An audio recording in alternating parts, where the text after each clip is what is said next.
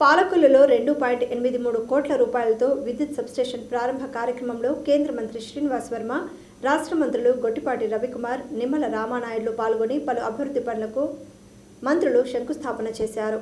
అనంతరం మంత్రి నిమ్మల రామానాయుడు మాట్లాడుతూ సత్యమే గెలుస్తుందని, గాలి జనార్దన్ రెడ్డి శిక్ష నిరూపించిందని అన్నారు. విలువల కోసం పోరాడిన పార్టీ తెలుగుదేశమని, రాష్ట్ర సంపద దోపిడీ లూటీపై నాటి చంద్రబాబు పోరాటం ఫలించిందన్నారు.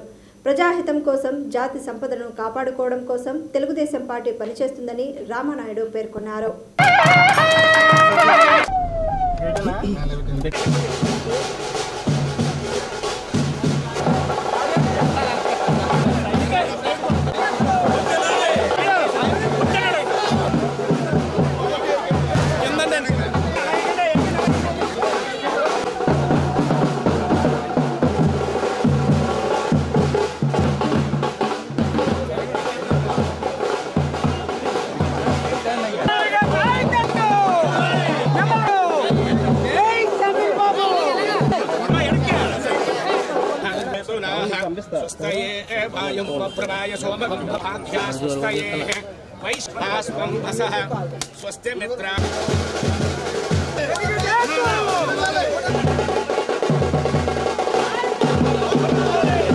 పాలకొల్లులో మరి పెద్ద ఎత్తున అభివృద్ధి కార్యక్రమాలు, అందులో భాగంగా 26వ వార్డుకి సంబంధించి ఏదైతే రైల్వే గేట్ దిగి ఉన్నటువంటి ప్రజలు ఎవరైతే ఉన్నారో మరి వాళ్ళ రైల్వే గేట్ వేసినప్పుడు ట్రాఫిక్కి ఎటువంటి ఇబ్బందులు లేకుండా మరి పోలపల్లి అంబేద్కర్ కార్నర్ నుంచి పోలపల్లి బైపాస్ రోడ్ ఏదైతే హైవే ఉందో దానికి కనెక్టివిటీ చేస్తూ భవిష్యత్తులో రోడ్డు ఎక్స్టెండ్ చేసేటువంటి విధంగా అక్కడ ఒక 42 లక్షల రూపాయలతోటి ఒక బ్రిడ్జి శంకుస్థాపన కార్యక్రమం.